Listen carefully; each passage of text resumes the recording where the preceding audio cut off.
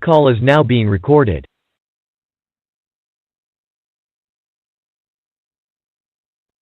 At the Centinela State Prison, Centinela, California. This call and your telephone number will be monitored and recorded. You have a prepaid call. You will not be charged for this call. To accept this call, say or dial 5 now. Thank you for using Global Tel Link. Hello. Hello?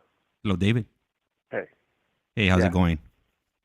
It's going, man. It's going.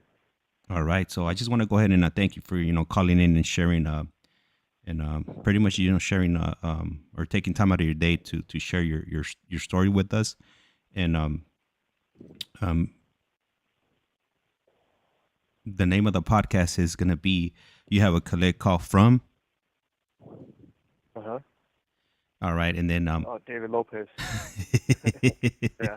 Yeah, I just caught it right now. I was like, yep, all right.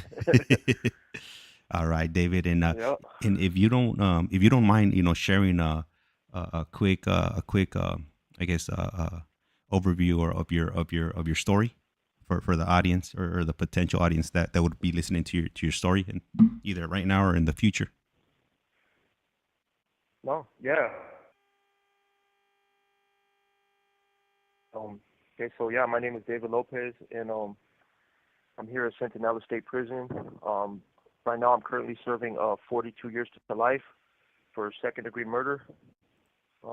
I've been in for 13 years, and I'm originally from the LA area, and I was also I moved to the desert when I was around 14 years old, and I went into the system. I went into the system out there. I had already been getting in trouble in LA County, so I brought a tail with me to the desert. So when I ended up going to juvenile hall pretty young. Stayed in the system, went in and out, went through different camps, placements, little gladiator schools. Went to a boot camp. Ended up getting out of the juvenile system at 17 years old. Came to prison. I ended up picking up a case and coming to prison at 18 years old. And yeah, I came into the system, man, and started wilding out. Wanted to kick it with like all just the knuckleheads. Ended up getting an indeterminate shoe at a kind of a young age. And yeah, that was my life, man, for a while.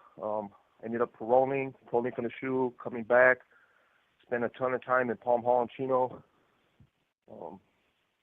Getting out, coming in, getting out, coming in. And then, yeah, in 2010, I came in for this case. And, yeah, that's where I'm at right now. All right, perfect. Thank you. I appreciate you sharing that with you. And normally with other guests that I've had in the past, which isn't that many, I normally start off with asking them what's your earliest memory as a child. This call and your telephone number will be monitored and recorded. Were you able to? My earliest memory? Yeah, your earliest memory as a child. Yeah. Man, my earliest memory as a child would probably be at my grandma's house. My grandma's house was the center of my universe when I was a young kid, and I just remember. I remember my aunt. I have an aunt that's she's probably about 8 years older than me, so she was more like my big sister. And I remember that I used to terrorize my aunt. I loved her, so I couldn't go. She couldn't go anywhere. Man, I would jump to the floor, grab her leg, and I remember her dragging me around the house. Yeah, I wouldn't let up, man.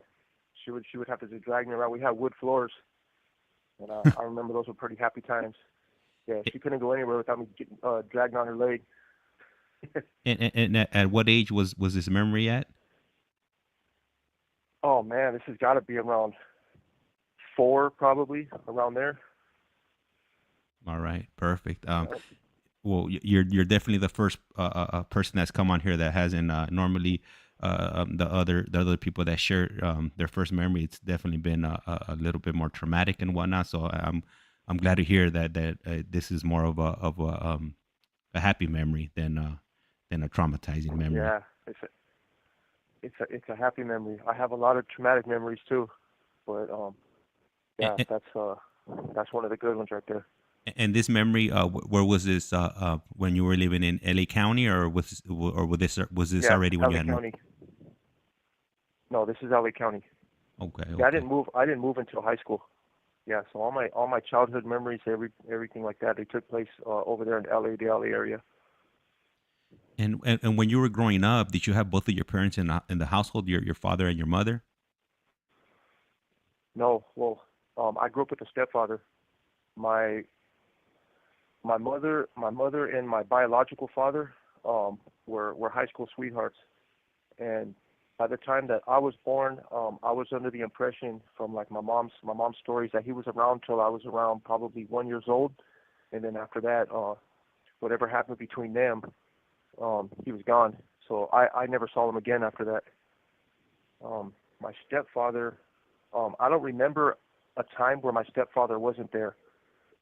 Him and my mom got married when I was probably 5 years old, but they were together probably maybe when I was around 3 years old. So he was always a constant presence in my childhood. And did you have any brothers or sisters? Yeah, my little brother. I have two brothers and one sister. The one I'm the oldest, but the one that's closest to my age, he's 5 years younger than me. My sister's 7 years younger than me, and my youngest brother is 9 years younger than me. And as kids, what kind of activities do you remember doing as children? Well, when I was young and we were all together, me and my youngest brother, we were like sandlot kids. We loved playing baseball. We'd run around. We played baseball. We played basketball. But those were the days where you could just roam the neighborhood, get on a bike and just take off and be gone all day. So we spent most of our day out and about, just cruising around the creeks and stuff like that. Sounds Um, like a fun time. yeah, my bad. I have someone at my door right now. Yeah, I know how that is. Gotta I know wave how that somebody is off already. right now. Yeah, it's still prison. Yeah. Yep. So yeah, just riding around, man. I used to love going. There's a lot of creeks. Well, I grew up on the outskirt, like a suburb of LA, which is San Gabriel Valley. So San Gabriel Valley, around that area, like West Covina, La Puente, those areas right there. There's a lot of creeks and horse trails, and there's a lot of like green grass, and so I spent a lot of time messing around the creeks, catching crawdads and tadpoles and stuff like that. Running around, getting wet, skateboarding. I used to be a little skateboarder when I was younger. Yeah, I think that was a phase that a lot of us kids in LA County kind of went through and whatnot. So, we, Skateboarding kids, huh? Yep. uh, Yeah, a uh, lot of us were. all into Thrasher and vans and Abs- skateboards and Absolutely. I Nash. remember. Yep. Yep. Tony Hawk. Absolutely. Yep. Used to skateboard everywhere. Yeah. It's funny because a lot of the hardcore gang members, that well, they became gang members later. But I remember I was like, man, we used to be rolling around on rollerblades and skateboards, and we weren't on this path. So they gave me that look though, like, yeah, don't bring that up. Yeah, a lot of people want to definitely forget about those moments. They just want to think about the hardcore when there were hard moments. Yeah, we went through a phase when we were younger where we were like we thought we were like, I don't know, like house dancers and ravers and all that, where we want to wear big old flared pants. Yeah, you Yeah, remember the yeah. rebels and all of that, all that good stuff. I remember that they were all over my neighborhood. I remember, man. Yeah, yeah. Yep, Those were the remember. '90s. Yeah, the deep house music, Richard Those Humphrey were the '90s. Vision, Power 106, Absolutely. Power Tools. Cross colors. Remember that? Yep. Remember the what was it? What was the man? What was that one that used to come on in the morning? The roll call. Remember the roll call? Power 106. The roll call with Tito Yeah. and what's his Yeah. name? They would no. They would come in. They would come in and they were calling for the rappers. Remember, one for the money, two for the rhyme. Mr. Roll Call. Who's on that line? Remember, and people would call and they would do a little rap verse. Th- That's was '90s right there. was that with the Baker Boys? It was with the Baker Boys, man. Okay. Exactly. Yeah, the Baker Boys. That's Exactly who right. that Yeah, was. that's when the yeah when they were back in with Power 106, man. That's way back. That's way Um, back, man. Yep, yeah, that's my childhood right there. man. That's innocence right there. Before all this stuff, and you know, definitely yeah, those are definitely good Yep. memories. I'm Things took assuming on your side. absolutely, man. Things took a turn, but yeah, I look back. That's why I don't. I try to hang on to the good memories, man. There's a lot of stuff. There's a lot of stuff in between, but like you said before, that's innocence right there. That right there is that innocence is what helped restore me back to sanity. I had to go all the way back to the roots, man. Okay, where did things go wrong? And I had to make an assessment, and those were good times right there. So I'm assuming during this time you were doing in school. How were you? How were you doing in school during this time? Either like whether it was elementary, middle school, junior high, or high school. I'm gonna be honest with you, man. In my early years of school, I was a terrible student. Um, I'm a smart person. I was a smart kid, but I did not take school seriously. Things started to happen in the home, um, and it kind of took my mind off things. I couldn't really concentrate at school. Um, I was more focused on what was going on outside of school. I couldn't wait just to get out of class and just roam the streets, man. Get on my bike and just take off. And that's what was on my mind in school. I didn't do homework. Every once in a while, I would do homework. Um, my mom, she was kind of focused on getting her career in order. My stepfather, I don't want to just smut him up and stuff across the board, but he was kind of caught up in his own stuff, his own defects. So it kind of made things kind of hard at home. Um, yeah, I just had no interest in school. I don't know how I got passed from grade to grade to grade. I never got held back, and I don't remember really doing anything. I think in those days, what was happening was a lot of teachers just turned a blind eye, and they just would, just pretty much, just push you over to the next level till you hit, I think like about ninth grade, and then if you weren't getting the credits, then the gravy train was gonna stop, and then you weren't gonna go any further. Yep, yep. And that's well. By then, though, I had already, I got locked up around that time. Um, so things went a different route. That when I got locked up, they forced us to go to school at that time, and I still wasn't really paying attention. I did what I had to do just to get by, but I was more focused. When I got locked up when I was a kid, I did all my high school in the halls and in different institutions and placements. So I was more focused on like being the cool guy. Even in school, I was the class clown. When I was younger, I was the class clown. Um, yeah, I just don't know how they passed me by. When I started doing my GED stuff, I didn't even know how to do a fraction. I passed all the way to high school and didn't even know how to do a fraction. That was embarrassing. Yeah, some of that stuff was like it was like a foreign language when it came to like algebra and fractions and whatnot. Yeah. Absolutely. So you mentioned that you were arrested. What was your first arrest? What kind of crime did it involve?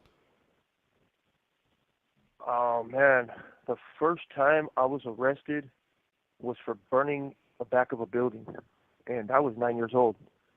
Yeah, I was so young. I was so young that I remember they put me in a cell and they left the door open, and my feet weren't even hitting the ground. And I was just playing with matches. I became a thief at a young age. Um, I was I was hanging around a lot of older kids. The older kids in my neighborhood, they were, I used to idolize them. So I remember probably around 7, 8 years old. Um, they taught me about smoking cigarettes and how to steal them from the store. So I was doing that. I was just walking by stealing cigarettes, and I honestly I can't stand tobacco. I don't know what I was thinking. And You have 60 seconds remaining. This call and your telephone number will be monitored and recorded. want me to call back? Yeah. Just go ahead and give me a call back, and we'll be waiting for you here.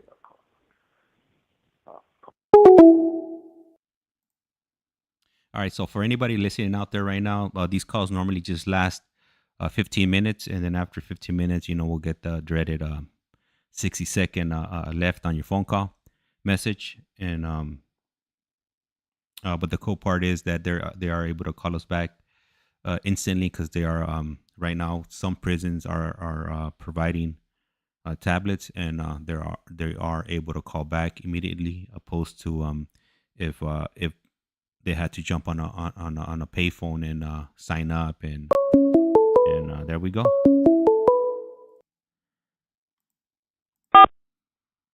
This call is This now is being Global recorded. Tel Link. You have a prepaid call from David Lopez.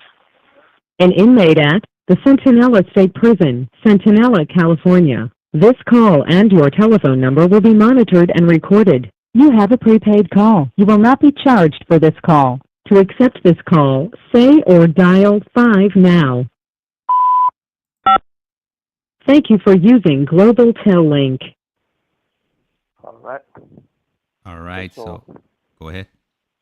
I mentioned the cigarettes because, to have cigarettes, to light cigarettes, you got to use matches, or a lighter or something like that. So I started stealing matches. And my young mind, I was like, man, I want to start, lighting stuff on fire. So I started lighting stuff on fire, man. And this little stuff, I didn't become no arsonist, thank God, but at that time, I was lighting all kinds of stuff on fire, man. And I wasn't paying attention to what I was doing. I put it in a trash can, and it was too close to the side of a building, and it caused a big ass fire right there. And I got arrested. So So this was they came and arrested me. this was at like 9 years in old. so you were this was like what 1990, 1991. I was born in '81, so this was in the '80s still. Yeah, this was around what? Probably '89, '90, yeah, around there. Well, I was young, man. I was a little guy. So it was back then. It was definitely a different time, and just to kind of paint a picture, 9 years old, there was no cell phones. Like you mentioned earlier on, everybody was outside playing and playing around. Everything was more interactive. Or we were watching TV, like Saturday night cartoons, coming in on the TV, or watching cartoons before going to school in the morning. So it was definitely a different time. Different time. We were watching Looney Tunes and all them cartoons. G.I. Joe was real popular at that time. Thundercats. Remember that? Thundercats. Ninja Turtles. Yep. More embarrassing. Oh man, don't get me started on Ninja Turtles. Yeah. Remember the Looney Tunes when they turned them into gang members? And they had their little pictures on them. We had these big old shirts. Oh my God, that's the worst thing they could have done in my life. Bart Simpson too. They did that to Bart Simpson too. I remember that. Remember that? They put his hat backwards, and they had him dressed like little gang clothes and stuff like that. I remember that. Yeah. Yep. So you mentioned earlier on that you were sitting on the bench. You were 9 years old, and your feet didn't even touch the floor.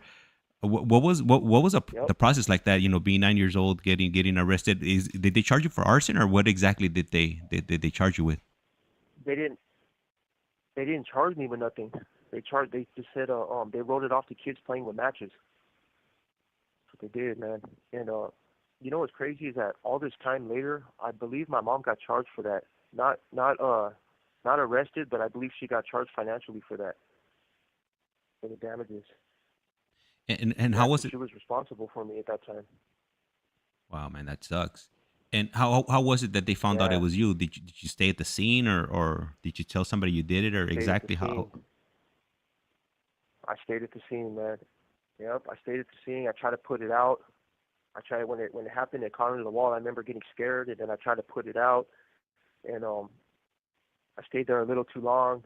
Store managers started coming out, and then I tried to play the hero when they, I couldn't run, so they were like, did you see who did it? And I was like, no, I just seen some guys run off. I tried to play the hero, and then more people came out, and they're like, no, I guess somebody saw me messing with the matches and all that, so then they fingered me out, and as soon as I got questioned, I freaking got scared and told on myself.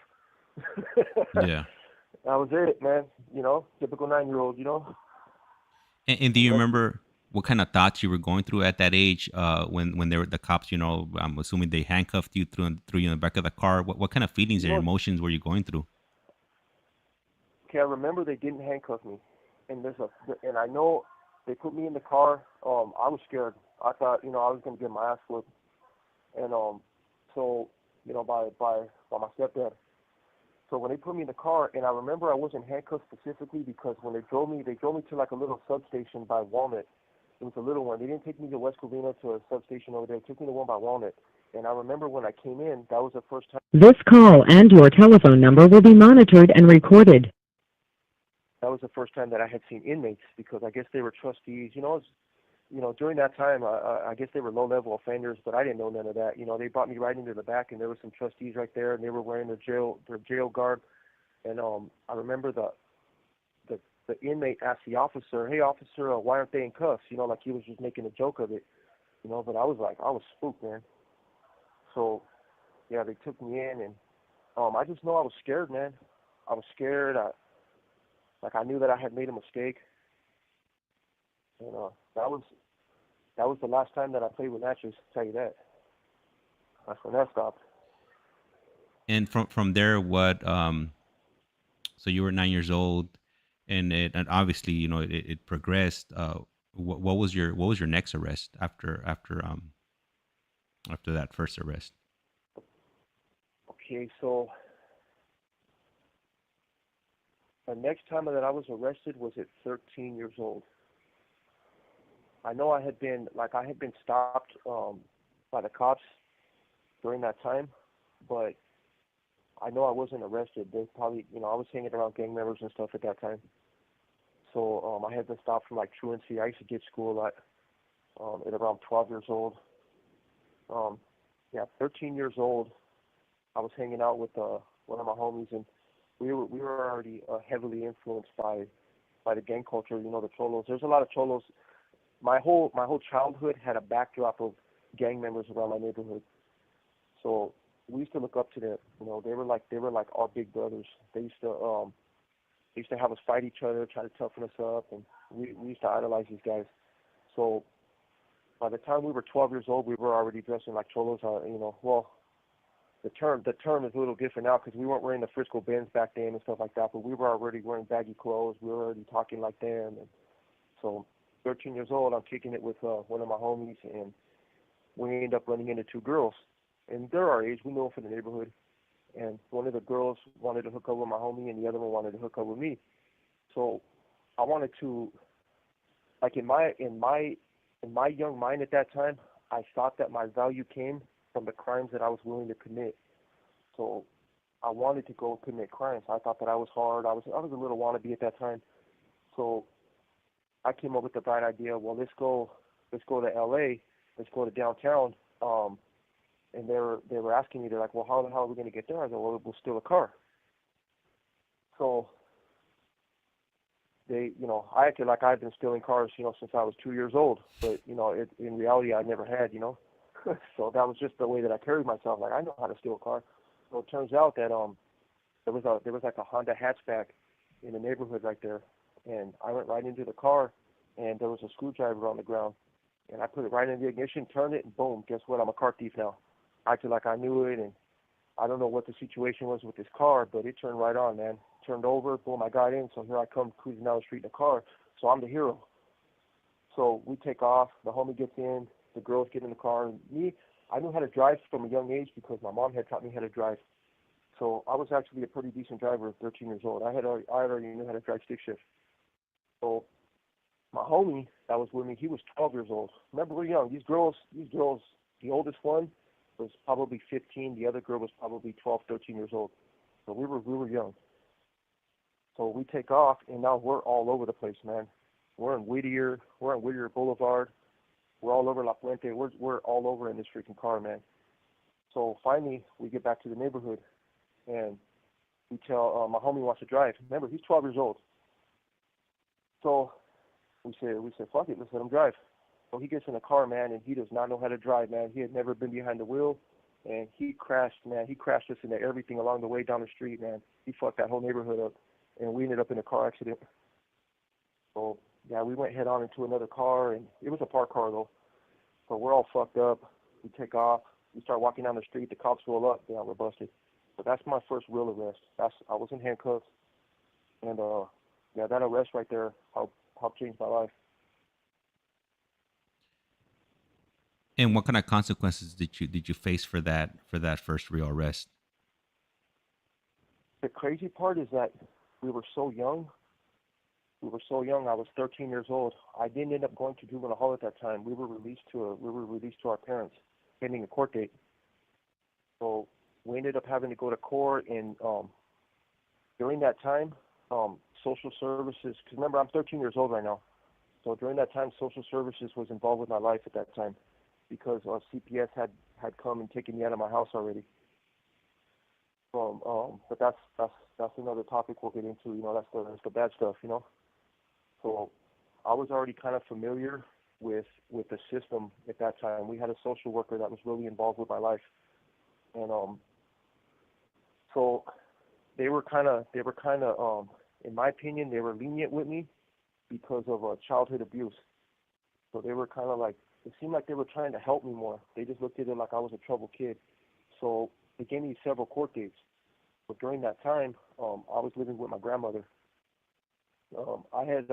My mom and my stepdad, they had moved to Banning, and I wasn't moving to Banning. I stayed in La Puente with.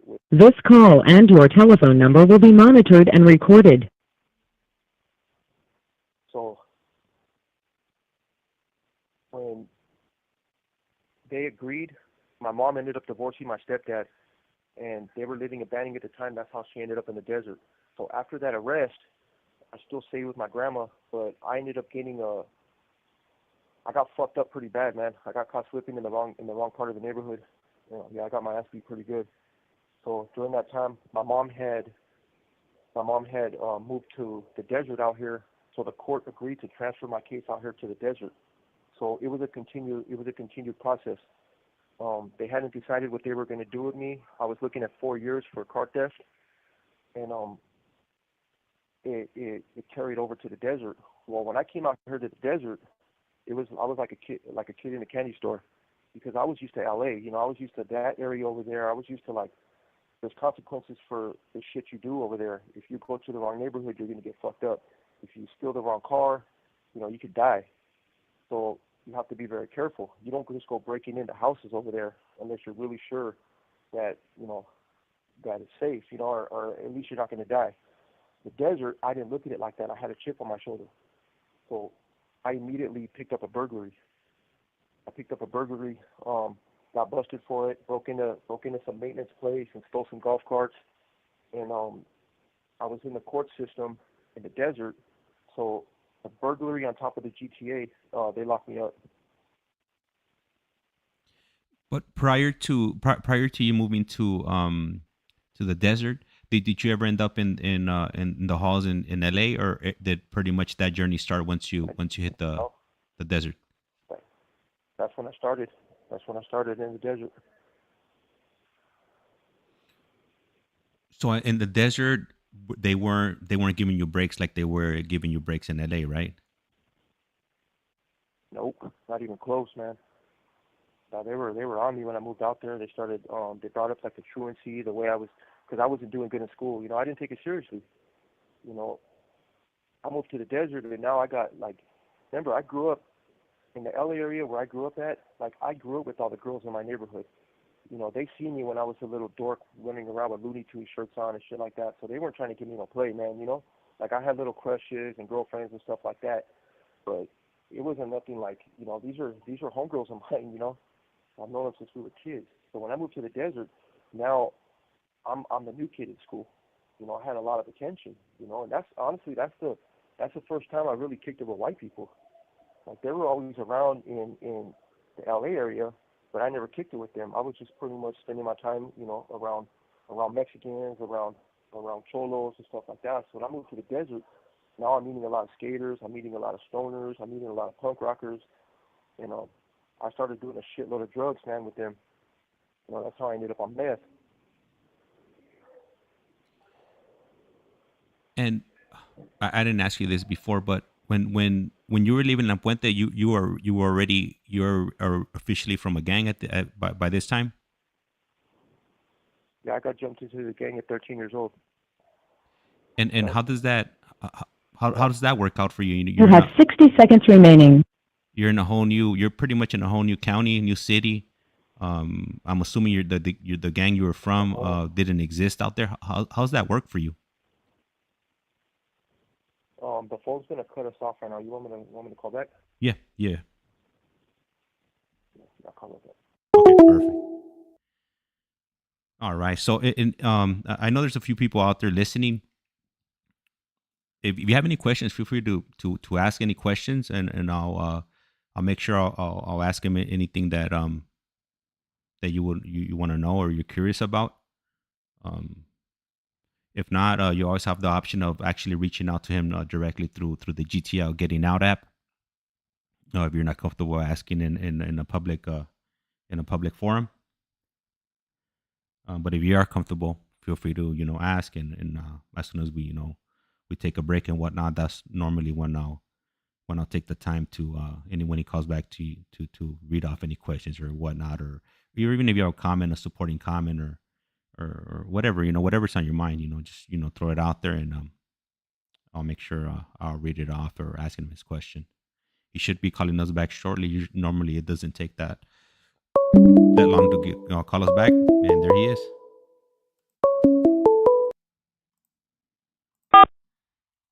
Call is now This being is recorded. Global Tel Link. You have a prepaid call from David Lopez. an inmate at the Centinela State Prison, Centinela, California. This call and your telephone number will be monitored and recorded. You have a prepaid call. You will not be charged for this call. To accept this call, say or dial 5 now. Thank you for using Global Tel Link. Okay. So, being from a gang in that area over there, when I moved to the desert, man, I was pretty much like a loner all the time. Like I was kicking it with people that they just had no relations to the way I was living over there in the LA area. So I got lonely. So like I told you, I knew how to drive already. So I used to take my mom's car a lot. At 14 years old, my mom would go to sleep at night and she'll wake up in the morning and I'll have like 3 of my homeboys from LA in the living room, And she knows these kids, these are like, she's waking up and she's got 3, 4 of my cholo homies in the living room and she's just looking at me like, how the hell they get here? So I started bringing them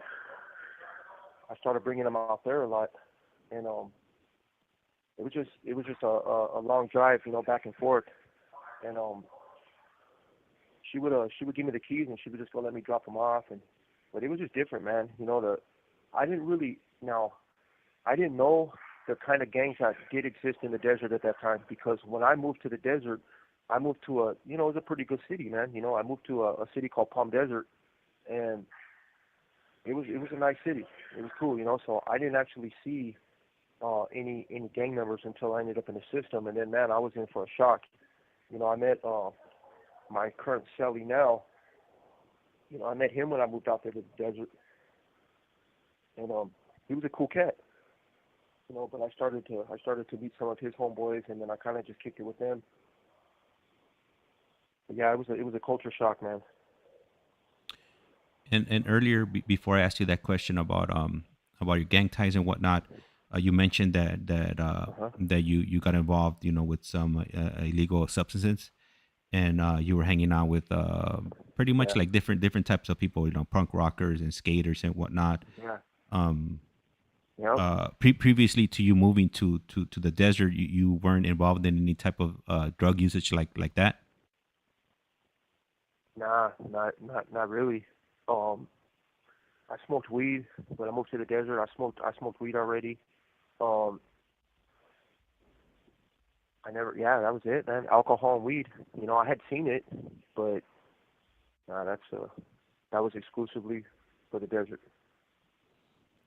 And how did that, using that, how was it that it affected you? How did it change did it change like the way you were thinking, the things that you were normally do?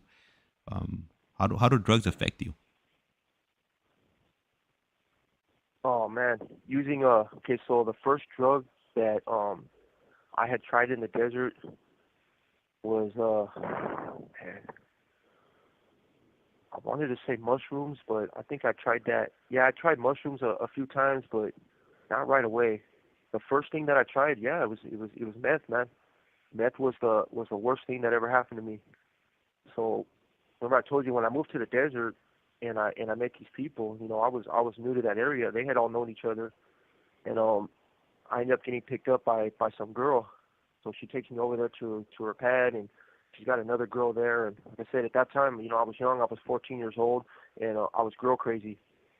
So when I seen them, boom, one of the girls pulled out some dope, and she was older. This girl was probably, man, she was probably close to 20, but I look pretty old for my age. So she was pretty much giving me like she was implying that basically that I'm gonna get the fuck. So I ended up doing that. I did a line, and I didn't really trip on it, man. I had no respect for it. So when I did that line, I remember the feeling, man, like the euphoric feeling that consumed me, man. Sex was out the window, man. That was the last thing that I could think about. I did this line, man, and I went back onto this wall, and I remember just sitting there, leaned up against this wall, and I was just like, man, my body was going through it. I had never felt anything like that before. So I ended up leaving. I just wanted to get the fuck out of there. Like, yeah, I got to get the fuck out of this place. But in the back of my head, I knew I was going to be back, but not for the girls. I wanted to come back for that dope, for that feeling. So I ended up meeting a neighbor through the girl that lived in my apartment complex, and that's where I was able to start picking up meth, man. And I tripped out because these people had no problem selling to a 14-year-old kid, no problem. So the way my mind worked, um, it just seemed perfect sense that I was gonna have to sell drugs so that I can keep that high going. I didn't give a shit about the money, to be honest with you. I was still young, so I didn't have no responsibilities. But I knew that I wasn't gonna, my mom wasn't gonna give me money to buy that shit. So she was completely oblivious, man, to that. You know, at that time she had started to pretty much focus on herself. She was newly divorced, so I was just left to my own devices, man, pretty much every day, every night. When did you realize that you had a problem? Using using these drugs and whatnot. Well, the messed up part to that question is probably 7 years ago. you know, I just I refused to acknowledge um the way that I was living was wrong. I didn't take responsibility for it. I didn't, in my mind, in my meth riddled mind, I thought that what I was doing was because I wanted to do it. I never looked at it like, well, I have a choice. I looked at it like, well, there's no other way to live, right? Like I was chasing that feeling, all the way into my adult years. And during this time, are you on probation at this time? I was on probation, yeah. Well, I was on probation. I was on probation for the issue that happened in LA County, but I was still going to court a lot. Like the case wasn't resolved. The case wasn't resolved for the car that I stole. So I had to go and I don't believe I was on formal probation. I think I was just going to court, and I had to report directly to the judge on different court dates. So I was pretty much just doing whatever I wanted. Um, yeah, I don't remember being on anything formal other than courts. And then during this time, are you going to school, or pretty much that's out the window, and you're just pretty much just doing whatever you want to do throughout the day? I'm going to school. I'm getting F's, and I'm still passing. Like I don't understand it. So pretty much the same thing that they were doing in LA County This call is and your telephone number will be monitored and recorded. it's pretty much Yeah, repeating pretty much the itself same thing. in your new school. Okay. Yep. Yep. So how much longer did it take before you end up getting another arrest under your belt? Oh man, probably about. Well, the arrest came kind of quick. From the burglary, the second arrest. But I was still playing that out in court. Like I was still playing it out. I was still fighting it. And then I remember I went into court one day and I was fucked up, man. Like I was up for man, I was probably up for a week. You know, I was seeing shit. You know, I was hearing things. Um, I had already stopped eating. My mom already knew I was on something at that time. There was no way to hide it, man. I looked like a freaking demon walking around, you know. And remember, this is I'm 14 years old at this time, so you could tell that something was seriously wrong with me. When I walked into court, the judge took one look at me and he's like, "Look, man, what?" And I remember he told me, he's like, "What more do you want me to do?" He goes, "You're not, you know." At that time, I remember he got my grades and he just seen that I was failing classes and I just wasn't taking nothing seriously. So he made a decision, and I don't believe that it was a bad decision, but he made a decision to try to save my life by taking me into placement. He sentenced me to placement. I had a 4-year tail hanging over my head, and I remember that. I remember him telling me, "What more do you want me to do? We've given you tons of chances, man, and this is how you're going to show up to court, you know." Yeah, so he locked me up, pending placement, took me into the halls. You know what? And right now that you mentioned placement, I do remember, Uh-huh. running into a lot of kids and whatnot that were in placement, or they would get sent off to the boys ranch. um I could never Yep. figure out, why certain people, they either, they got Ricardo M time in the halls, or they got sentenced to Yeah. camp or to Ricardo. YA. What exactly? How did they figure out, who was gonna go where?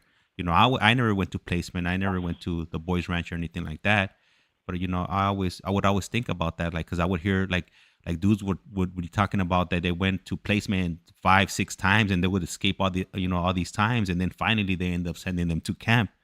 So I could never figure that out. It made no rhyme and reason in my mind at that time. And yeah, it made no sense. And I used to trip out on the same thing because I used to see those kids in Ricardo M, you know, and those are the dudes that were doing the juvenile hall time, and I thought, man, I was never even given that an option, you know. That fool, he took me in, and um, that was a culture shock, man. Because remember, I was up for a week when I got locked up, so I was scared. I had never done any significant time, so when they took me in, I still remember the faces in the window, man, and these were young kids, and I still remember seeing in the juvenile hall in Indio, they used to make you keep your shoes outside of the door. And I remember that there's two things that stood out to me was the shoes outside of the door and the smell. The smell, it was like wet laundry, and it was something that was unique to that place, and it always reminded me of juvenile hall, you know. So I walk in and I got my bedroll, and I'm walking down the hallway, and these kids are hitting the door, they're banging on me, and I don't recognize none of these gang signs. I didn't even know there was gang members out there like this, you know. These are kids that resemble the kids that I grew up around. You know, they're bald. You know, they don't. You could tell, man, they don't give a fuck. These kids are lost, and that scared me because the kids that I grew up around, remember, we were little wannabes, man. We were trying to impress the older cholos and stuff like that, but there was just something different about these kids. There was something like there was something raw about these kids, you know. And I'll never forget that feeling that I had of fear, like you know when you fucked up, you know. And I felt it. And then a lot of it was the drugs. The drugs were in my system, and the first time that they put me in a cell, and I was by myself, and across from me was a group room. They had a they had a room with like 5 kids in there, and I go up to the window and I'm looking out, and I see these kids, and they're throwing up more gang signs at me and shit like that, and I don't recognize none of them, man. I'm looking for the standard ones in LA, and you know, yeah, I was looking around, man, and I didn't see shit. I didn't recognize nothing. I didn't recognize none of these kids. And I went on the bunk, man, and I remember thinking that the phone rang. The phone used to ring a lot, and for some reason I thought that it was gonna be my mom, like that they were gonna let her come get me. And I remember every time the phone rang, how hopeful I felt, that like, man, they're gonna let me out of here. I didn't understand what was going on, and I think from the sleep deprivation, I looked out the window to the outside, and it was a window that looked onto a wall. There was like a little walkway, and then there was another wall in front of me, but I was hallucinating, and I was seeing people that I knew. People that I was out there getting high with. Some of the adults that used to sell me drugs, I seen them out there, and man, I was going through some shit, man. So yeah, I remember I cried myself to sleep. Um, and yeah, that's I'll never forget my first night in juvenile hall, man. Yeah, that shit was crazy. And you had mentioned earlier on that you hadn't slept for like a week or so. Um, Yeah, at least. that first night sleep that you got, how long did you sleep for? Do you know how many hours you were out? Because obviously your body needs to recover, from This call and your telephone number will be monitored and recorded. all the Well, lost sleep that you see, didn't. it don't work like that in the halls, you know. Like the halls, that first morning, you got to be up for breakfast. Like you don't, the the staff members in juvenile hall, they were real aggressive at that time. So first thing in the morning, I woke up to some man. He was an asshole too, man. And I remember this dude too, because he reminded me of the Penguin from Batman. Just the way that dude. You have 60 seconds remaining. Yeah, that dude was at my door first thing in the morning, uh, and they weren't light about it. You know, they're like, "Hey man, get the fuck up." Yeah, straight up. And I wasn't used to that either. Well, I So could tell you, we the halls in LA were, it was the same thing, if not even worse, because they were doing all kinds of stuff, straight up abusing, a lot of the kids there, which oh yeah, which no, definitely wasn't cool. So I'm pretty sure you saw a lot of that going absolutely, going on over there too. absolutely. You want me to call back on this number? Yeah, yeah, definitely perfect. Can I hang up right now? I'll call back right now. All right, and LA analyst, I went ahead and I just read off your question in my mind. As soon as he calls back, I'll go ahead and ask him what kind of food they serve there for breakfast. So he should be calling us back shortly. It shouldn't be much longer, and then we'll continue with the interview.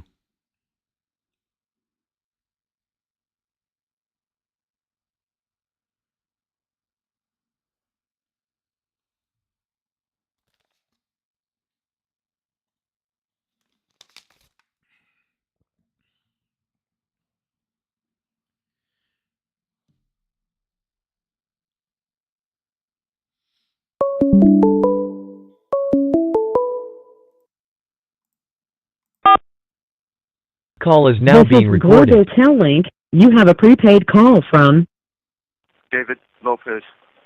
an inmate at the Centinela State Prison, Centinela, California. This call and your telephone number will be monitored and recorded. You have a prepaid call. You will not be charged for this call. To accept this call, say or dial 5 now. Thank you for using Global Tel-Link. Yeah, yeah, it's a culture shock, man, with the with juvenile hall, man, with them staff members, because you know you're little, you don't realize it at the time, but you're just a little kid, man, you know, and you got these full grown adult men, and they look menacing, man. They look angry. They treat you angry. They say fucked up shit to you. They threaten you, you know, and that's a lot to take in, you know. And then top it off, you know, I got all these kids, and they're all looking at me, you know. Everybody's mad dogging me. They're throwing up gang signs at me, and you know, I threw up my hood, and they're just looking at me like, who, you know, what the fuck was that, you know? You know, they have no clue. And I'm starting to see like there's a lot of kids from Coachella, from Indio, and you know, they're just yeah, them dudes were with it, man. You could tell these were bad fucking kids, man. You know, I'm tripping out on all the colors, and I remember my intake unit also shared. It's a unit that has building restrictions. So you know, in juvenile hall, they got the kids that are going to prison or YA, so they have those in security units. Well, in the halls I was at, they had a unit that was it's called BRs. So the BRs, they were yellow shirts. So I'm seeing yellow shirts in there, and I'm like, damn, what are these kids doing? You know? Yeah. So I'm thinking like, what are these kids doing? You know? And it's crazy because my cellie right now was one of those kids in the bad kid shirts. You know? Yeah. So Yeah, he's one of those kids, like he's one of them mean kids, mad dogging motherfuckers from the window, throwing up gang signs and stuff, kicking the door. That was him. So yeah, I was scared. So yeah, I go there and I remember during that time they had uh they had beat up some lady real bad. Right when I got there, probably the day before, they had beat up some lady and escaped out the kitchen. So that was why the staff member was more he was more aggressive with me in getting me out of bed because one of their own had just been hurt. They beat her real bad, man. And that was some fucked up shit. From any standard, jail standards or whatnot. That was fucked up what they did to that lady. And he was pretty much like they were gonna make an example, um, and let it be known that that's not going to be tolerated. So that was my introduction into juvenile hall. And right now, uh, when your call was cut off or your time was up, we actually had a question Uh huh. from one of our Okay. viewers right now. So uh, Okay. first, I definitely want to give out some shout outs to the people that are watching right now. One of our faithful Absolutely. watchers is goes by the name of El Iceman, and another Okay. one is we have LA Analyst or La Analyst, and she's Okay. asking, she wants to know what did they typically serve for breakfast in the mornings there in the halls. Man, what's crazy is that okay, they serve that corned beef hash. I remember that was the best breakfast in juvenile hall. Man, was corned beef hash, and I couldn't find it anywhere else out there. I used to look for this shit because I love the way it tasted. Man, it was like institutional corned beef hash that was like a reddish color. We all called it cat food, and it was delicious, man. Um, that was a good one right there. They served juvenile hall. They served okay food. India was known for serving us good food. A lot of eggs. Yeah, they gave you pretty much eggs with everything. I don't remember any pork or anything like that. Maybe some like institution sausages that are made out of some other thing other than pork. But yeah, that hash, man. All of us kids used to go crazy for that hash. We still talk about it to this day. Man, in in the halls in LA, man, I used to hate this one meal they used to give us. It was ham, a slice of ham with seaweed. I think it was like spinach or something. Uh-huh. Oh, that stuff was the worst. Yeah, that institutional seaweed, man, is legendary. It goes across all genres and institutions, and yeah, they give it. It's just soaked in water, huh? Yeah, Yeah, why did they give us that? that thing was The, disgusting. it's like a, it is, and it's all squishy, huh? Like it's like a, This call and your telephone number will be monitored and recorded. And yeah. When I then was coming off of that mess, man, I was eating everything too in the halls. I was eating that shit too. Oh and yeah, then the cherry on the top was the milk. They would give you no, they would give you 2 cartons of hey, milk. So all of that, and then man, it was a recipe for some stinky farts. It was all bad. oh man, yeah. And it's crazy too, because when you're young like that, even I don't know what it is about institutions and that damn milk carton. Like that milk carton, I don't know if it's because it's cold or something like that and refreshing, but man, even to this day, man, when I see a milk carton in the morning, for breakfast, I savor that shit. Juvenile Hall says it was the same way, man. Get that milk carton, and it's like, man, it's the most important thing on the planet is that milk carton. Yeah, yeah. Yep. So you make it through your first night there, Uh-huh. and how was your interactions with the other. I guess at that time they would be wards, right? If you were in the halls, you were a ward of the Yeah, state. yeah, yeah. So You're a ward, yeah, yeah. yeah. So I started see in my I had kind of low self-esteem back then, and I didn't realize that I was a pretty big kid, man. I've had a six pack since I was young, but I didn't see myself like that. I see myself just as small, but so I didn't realize it at the time. But these kids were actually kind of like worried about me. They were looking at me like, who the hell's this kid? And yeah, I was bigger than a lot of them. So I interacted with a few. I started talking to a couple dudes in there that were all right. They were just regular dudes, and one of the guys, we started talking real cool, man. We went out to the they make you go to rec right there and work out a lot. So I went out with them and I started chopping it up with one of the kids, and he was cool, man. He told me that he was gonna look out for me, not to worry about nothing, and he'll show me the ropes, And so I was happy, man. So I kind of was like glued to this kid, and yeah, that was my boy right there. So they ended up sending me to. I wasn't in that intake unit very long. They sent me to a unit that was mostly dorm. It was like it was a dorm, but the bunks were like concrete. So there was about, I don't know, maybe 25, 30 people in there, and I ended up meeting these kids, and it was crazy because my first at that time you spend 2 months. It was only 2 months, but I thought it was like 2 years. You spend 2 months in the halls waiting to get screened for placement. So during that time, they screened me, but I got screened in Indio, and to go to the place, I got accepted to some boot camp in Riverside. So they ended up sending me to Riverside Juvenile Hall. Oh man, that place was freaking crazy. So I get to Riverside Juvenile Hall, and that was a whole nother culture shock. Same shit, man.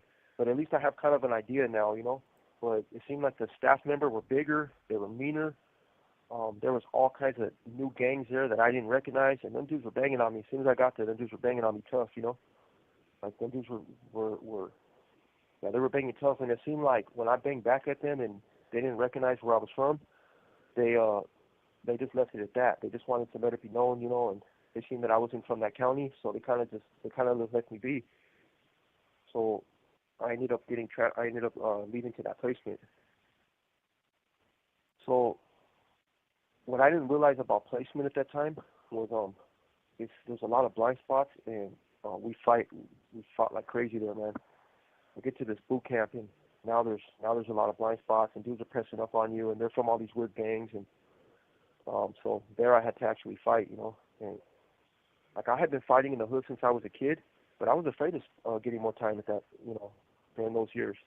Like I didn't want to stay longer, and I knew that the kids that got into fights would stay longer, and so I was afraid, man. So I had to like force myself to fight, and I didn't do half bad, but I just did what I had to do just to like end the situation. But I wasn't trying to like hurt nobody at that time. I was just trying to let it be known that that I'm willing to fight. But at the end of the day, man, I was still a scared kid.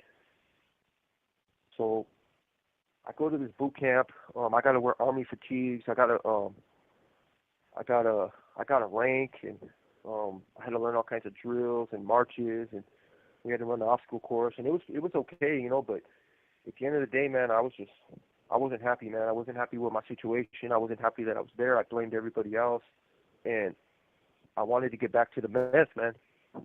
Every month that This call and your telephone number will be monitored and recorded. yeah, I wasn't happy. So I started to get angry with staff. I was real aggressive. I started to like just be an angry kid, and um, I ended up getting crazy with the staff member, which was like a drill instructor, and they weren't having it, so they removed me from the placement, took me back to juvenile hall. You And know, what was the so reaction of your judge when you went back? Because I'm sure that was the first person you saw when you went back. was yeah, it was, man, and he wasn't like it was crazy because he wasn't trying to send me to YA. Like he was just he just the way everything transpired. Um, I got blessed with another trip to placement. So they sent me back to placement. I went back to that orientation unit at that time, and that was the first time that I got tested. I got tested in the halls. I was going to court, and everything was good. My cellie now, he was there. A couple of our homies were there.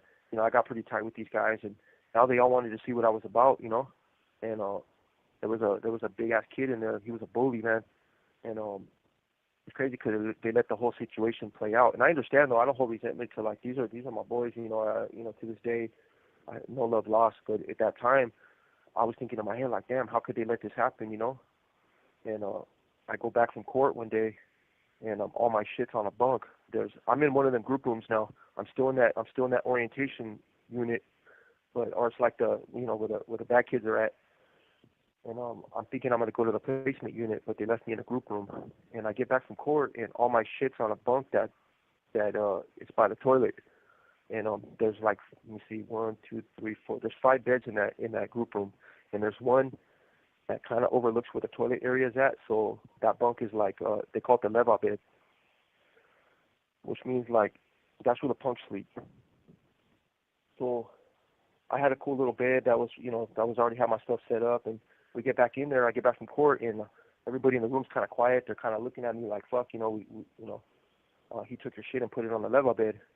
And I look at this dude, and I was like, "Fuck, this dude's gonna fuck me up in this room, He's big, and I don't understand how big I am at that time. So I'm like, man, there's no way I'm gonna beat this kid. So I'm not sitting on that bed, on the leva bed. I left my shit there, just kind of where it's at, and I went over to a dude in there that's supposed to be my homie, and I'm like, damn, what's cracking for? You're gonna let this happen, And he's like, look, man, I tried to talk to him, but he was basically saying like, I ain't gonna do shit. Like, what are you gonna do? Like, put up or shut up. That's kind of what I got from him. And so I was like, fuck. So I contemplated it, and I was trying to pump myself up in my head. I was thinking like, damn, I don't have the balls to just go and rush this kid. I'm not there yet. And so I kind of went in the corner, and I stood there in the corner, and I was just angry. Like I didn't know what the fuck to do, but really I was scared. And that fool said something to me, and I'll never forget it, man. He's like, what's up, man? You feeling froggy or what? If you're feeling froggy, why don't you jump?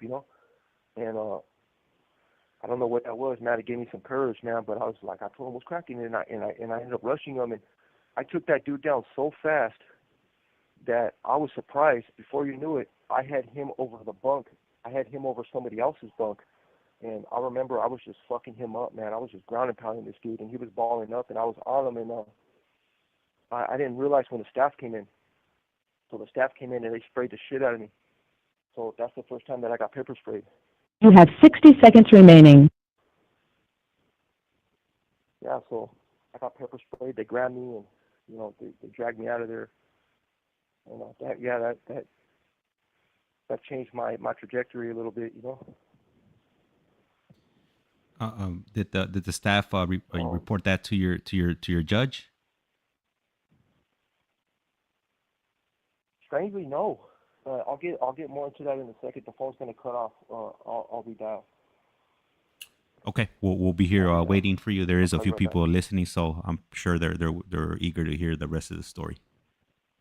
Okay, I'll call right back.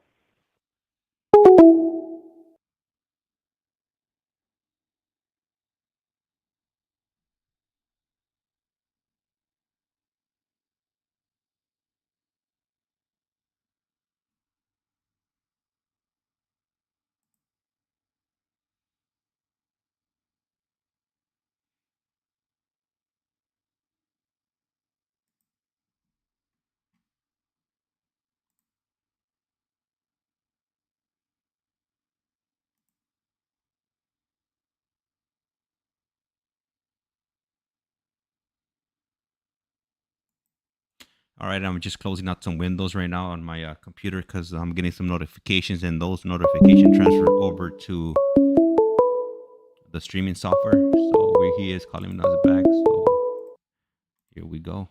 This call is now being This recorded. is Global Tel Link. You have a prepaid call from David Lopez. an inmate at the Centinela State Prison, Centinela, California. This call and your telephone number will be monitored and recorded. You have a prepaid call. You will not be charged for this call. To accept this call, say or dial 5 now. Thank you for using Global Tel Link. Okay, so when the staff came in, I remember I was surprised, because I didn't even hear them come in. I remember feeling like kind of like excitement, like I couldn't believe that I was actually winning this fight, like this big motherfucker was underneath me and he was cowering to me, and that was a feeling that I wasn't used to. I had been in the fights, like I said, in the hood growing up, and 9 times out of 10 I got my ass beat, these kids, it seemed like I went up against a professional boxer every time, man, because I was fucked up, man. I was black and blue every time. And so I couldn't believe that this kid was I had grown up a little bit by this time. So I don't know if that had a part to play in it. I don't know if I was more angry. Maybe it was the fear, but yeah, I was just so surprised that this kid got fucked up like this. And the staff had to come in and they were trying to save him, and they had to actually spray me off for him. So walking down the tier, and Marcelli talks about this now because he remembers, when I walked down that tier, I'm walking down the hallway, and I'm passing through the same, in between the same cells with the same kids, but something's different now. Now I'm a little more emboldened, and now I remember I was talking shit to everybody. I was like, "What's up, motherfuckers? What are you looking at?" I was a tough guy now, If I went by a door, I remember kicking the door too, just like on the way down, like, "What's cracking?" And they took me out, and they took me to detox. So now that's the first time I've been detoxed from pepper spray, and that shit fucks with your whole world, man, because they have to put me underneath a shower. So they put me in a chair, and they put me under a shower that's like a fire hose. And man, they let me have it with that water, But what I didn't realize at the time is that water, it made the pepper spray get all over my body, So I was on fire, man. That shit just seemed like it did worse than it was supposed to, This call and your telephone number will be monitored and recorded. So that night's the first night after that fight, they put me on TGR. Now, there's something how you said about the judge, right?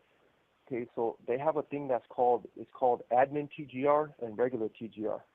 You don't go and see a judge unless you got an admin TGR at that time, which is a new case. Like, I was told that if you fight the same person back to back, you can get an admin TGR. There's other cases where I used to hear it, but I didn't have to go through that. So I go to that's the first night they put me in TGR, which is it stands for temporary group removal, which is the juvenile hall version of going to the hole. But since I was so young, they only leave you in there like that for 24 hours usually. So I remember when they put me in TGR, and I'm in that cell by myself, and that's the first time that I ever spent 24 hours straight in a cell without coming out for anything, And in juvenile hall during those years, you didn't have nothing in there. You didn't even have your shoes on the outside of the door. You don't have anything to write with. I know that they would give you a Bible, but I never got one. So it's just you and your thoughts, man. You just do a lot of pacing. Me, I can't sleep like that. Some people sleep the whole time. Not me, man. I'm too antsy. So I basically just walk in circles for 24 hours. They let me back out. And it was just different. It felt like the air was different. People were kind of giving me my respect, and and that's the first time that I ever really felt like some power, some control over my life in an institution. And my young mind connected it to violence. If I'm going to be respected and if I'm going to be safe, and I haven't felt safe for most of my childhood, I needed to be violent. The more violent, the better. But I didn't want to be too violent. I knew that the more that I did, the more respect that I would get, but I wasn't willing to take it to those levels yet. I just knew that, okay, fighting, I didn't really get into too much trouble. I didn't hear nothing from the judge. I'm still scheduled for placement. So, no harm, no foul. And earlier on, you mentioned about the level bit. Do you know if that dude that you beat up did he end up on there? No, well, they separated us. Yeah, they separated us. He went. I honestly don't know. I don't remember what happened to him after that. But I'll tell you what, I wasn't on that bed. And you always hear situations down the line where people were on it and they were leva, and that word comes up a lot in the juvenile system. This dude's leva, that dude's leva, and that's what it is. Even objects are leva. And then just to get clarification on that unit that you ended up, is that like the equivalent of like the box? Because in East, like that's what they called it. Like you would end up in the box if you would fight, and then you would be there for whatever, like a day or two or whatever time they determined that you needed to be there, and then once your time was up, then you would go back to. Yeah, yeah, but the thing is, with that unit was any cell could potentially become the box. You know, whatever cell's open, that's what it is. That's TGR. They just slap a sign outside your door, and that's TGR. Now we had a security unit, and I ended up spending a lot of time there later. But that's when I was finding my YA time and all that. Yeah, because I ended up, yeah, it's just you fuck up. They have an open cell. They need to get you out of the group room to put you in TGR. They're gonna just find a cell and boom, that's it. That's the whole. That's what it is. And then on this case here, how much time did you end up spending time in placement camp and in the halls? You know, did you ever end up going back home or completing the program, or was it just pretty much just I bouncing in Okay, between so all the? on that one, I ended up getting sent to another placement. Right, they gave me another chance, and they sent me to a place in Chino, and it had the worst fucking reputation ever, man. They called the place Wax Republic. Like that's what it was called. It was a place called Boys Republic in Chino Hills, and I was not staying there. I didn't give a fuck. Like I just wasn't. It had stigma attached to it, you know. So I ended up getting sent to a placement, and yeah, I was out of there. I took off, and I got there Friday, and I was already back in juvenile hall by Tuesday. I had the craziest night on. I think I AWOL'd like on Sunday night. Sunday night, I think I AWOL'd. Nah, I think Monday night. Yeah, 'cause I didn't last the next day. I was already back in the halls on a Tuesday. So I ended up, yeah, I ended up going on a crazy ass. That's like a whole story, man. That fucking adventure I took. When I AWOL'd, it was in the middle of Chino Hills, and I was just walking and walking, man. I was trying to get to the 60 freeway. That's all I knew. I ended up getting hitchhiking. Some other dude AWOL'd with me. I ended up hitchhiking, and some dude picked me up, and he was driving like 20 miles an hour on the freeway. He was high on PCP. Um, he was trying to get to Fontana. Um, yeah, I remember he said he had an ounce of cocaine on him and a 9 millimeter because we were thinking about jacking him, you know, his first car or whatever, you know. We were like no holds barred at that time. Me and some other kid, and yeah, he remember. I remember This call and your telephone number will be monitored and recorded. and a 9 millimeter, and he was doing 20 miles an hour on the freeway. Cars were passing us up, and we were kind of getting scared about that. And so I end up guiding him to Fontana. We get out of the car. We end up walking through hills, man. Just so many hills, and there was cars like littered all throughout the hills.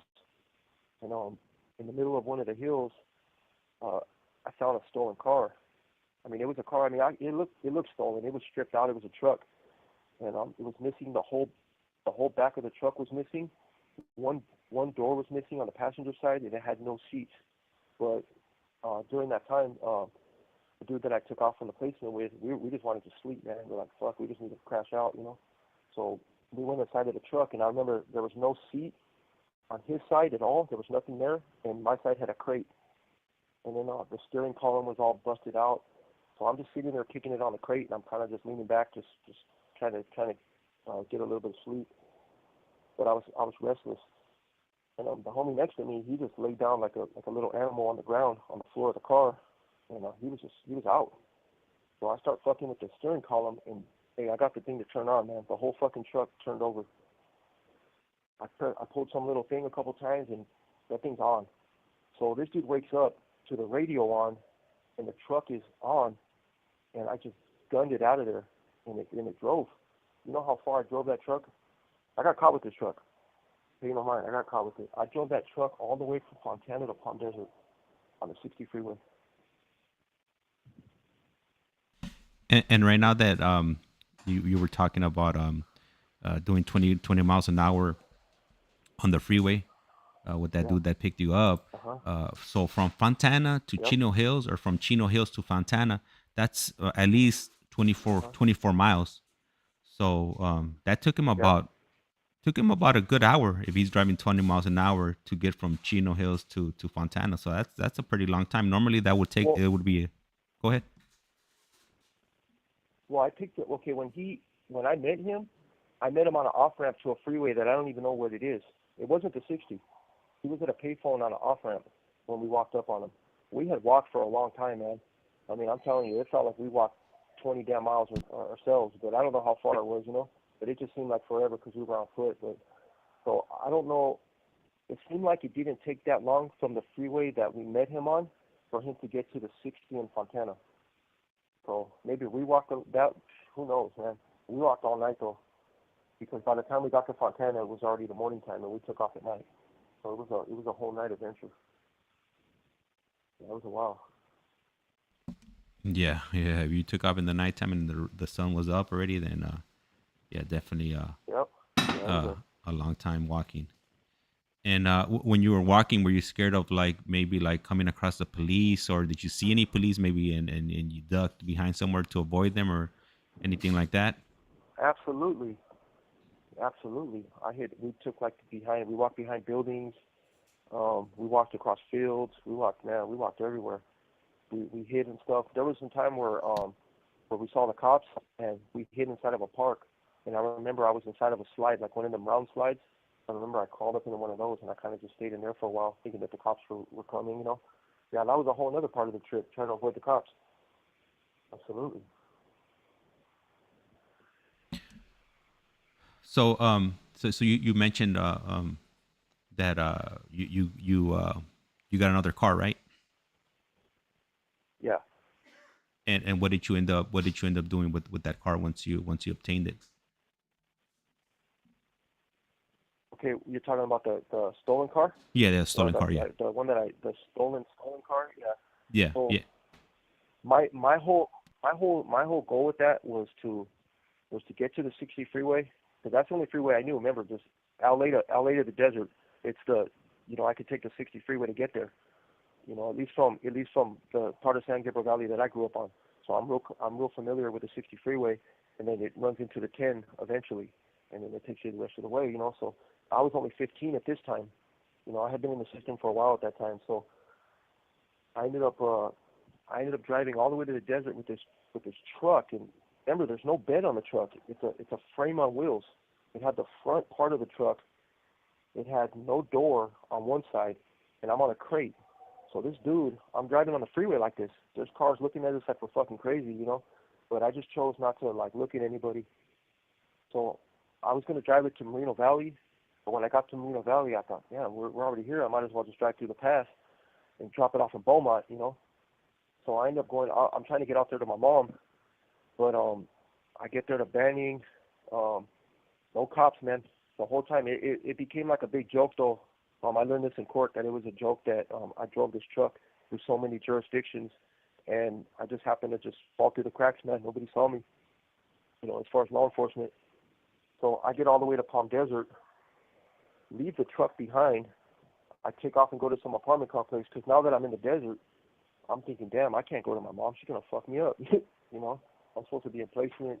I took off. How the hell did I get out there? It's the whole thing. So I go to one of those adults that used to sell me dope. I go to him. He's still doing the same shit. He's still tweaked out. And the guy that I'm with, during that time, a cop. You have 60 seconds remaining. We're told though that he didn't pull us over because he had evidence in the car, but he called it in. So they found that truck, no problem.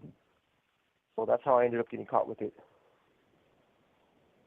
And the phone's gonna hang up right now. All right. We'll be waiting right here. I'll call them.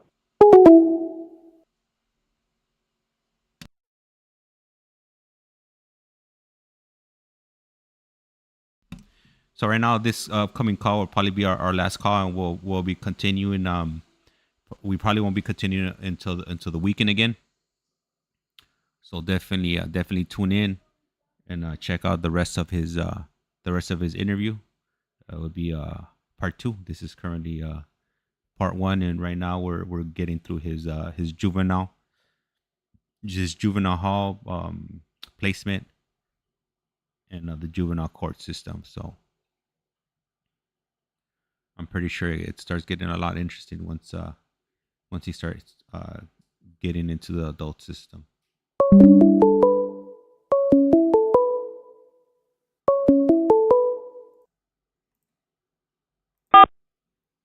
call is This now is being Global recorded. Tel Link. You have a prepaid call from David Lopez.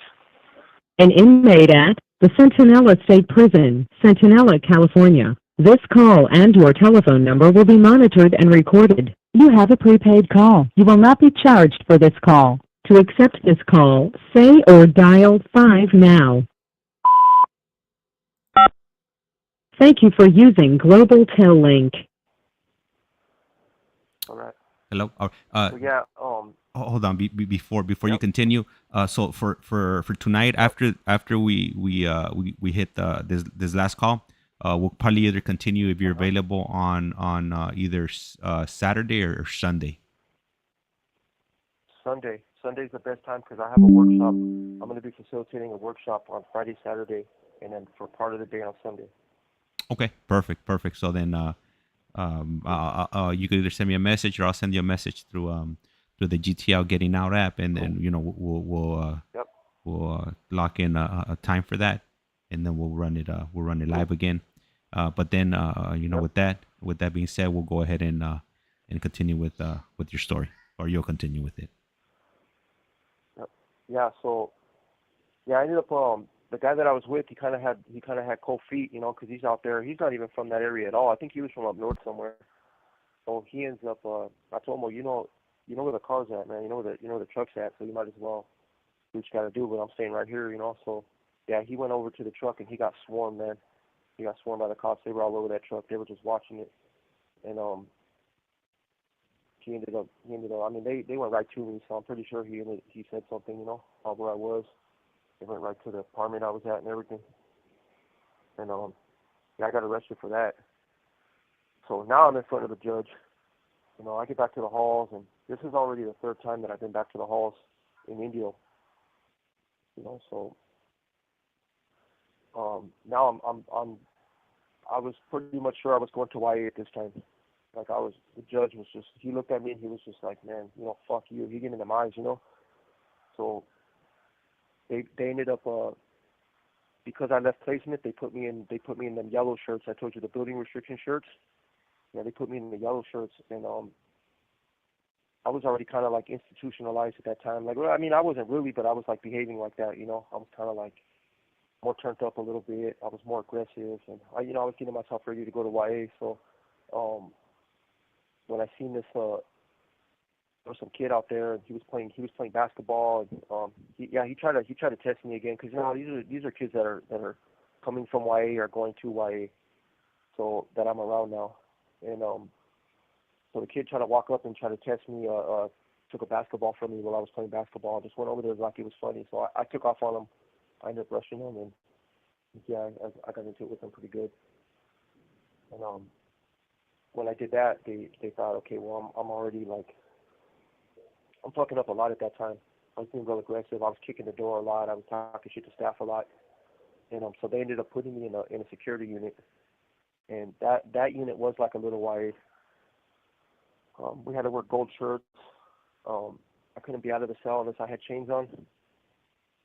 Anytime they came to the door, I had to put my legs up on the bunk and chain up my feet, and then I could be out of the cell like that.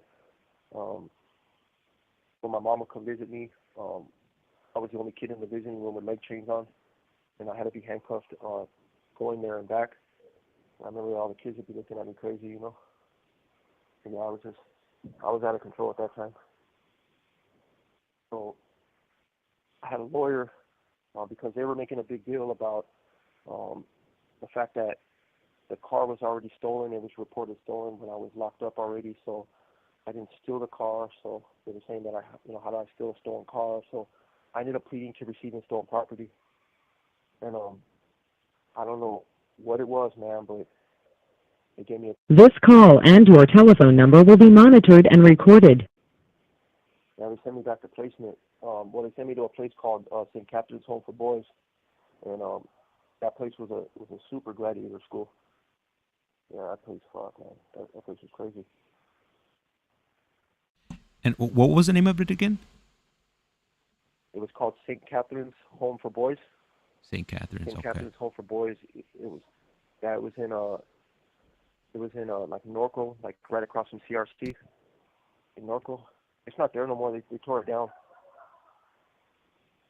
And But it and, was in and a what- and what's there was exactly CRC? all the what is it the state prison. Chino, was CRC, that what is it? California Rehabilitation Center, something like that. That's what it's called. okay? So were you able to successfully complete this placement, or what, or what Yep. transpired? Hey, somehow, some way, I graduated that placement, and I was the only kid. I did so much meth at that placement that I was the only kid that had to go to outside NA meetings. That place was fucking crazy. Yeah, that was, I don't know how I graduated from that place. It was a complete blur, you know. But yeah, I became extremely violent at that placement. That's the one place that yeah, it was just nonstop at that place. And what was exactly the purpose of placement? Uh, was it just like, Good question. was it like an alternative to going to camp, or like what were, like, what was their purpose? Were they supposed to treat juveniles on a one, I don't know, I guess, like, well, one-on-one basis, or exactly what were they supposed to be doing?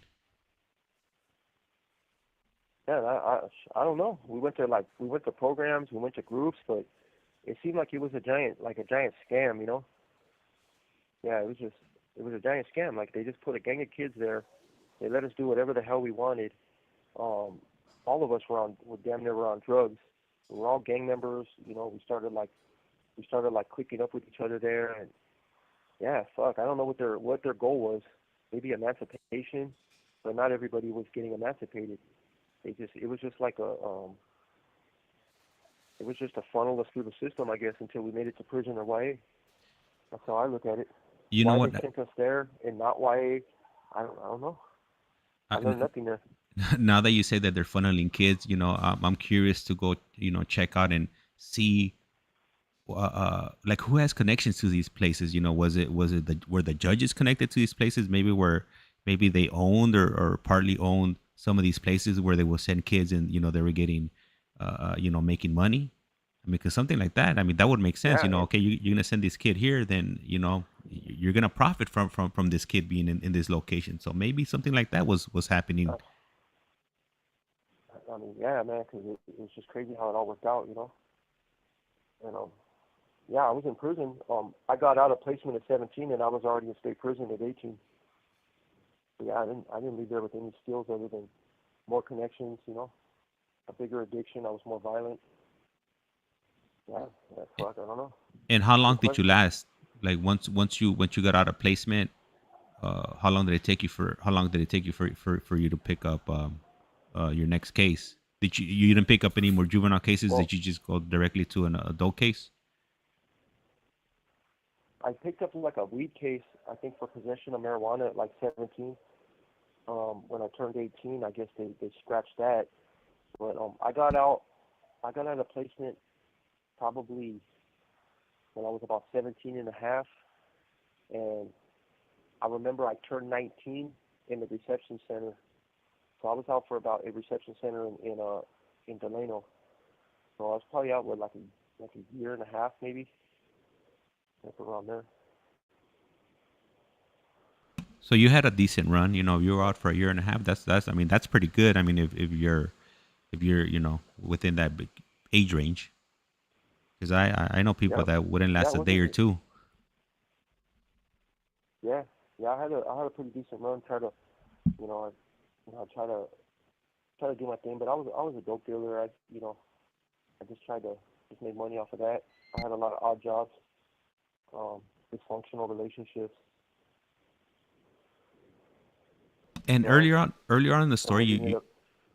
you mentioned that you had brothers and Uh-huh, sisters. What status of your uh-huh. brothers and sisters at this time?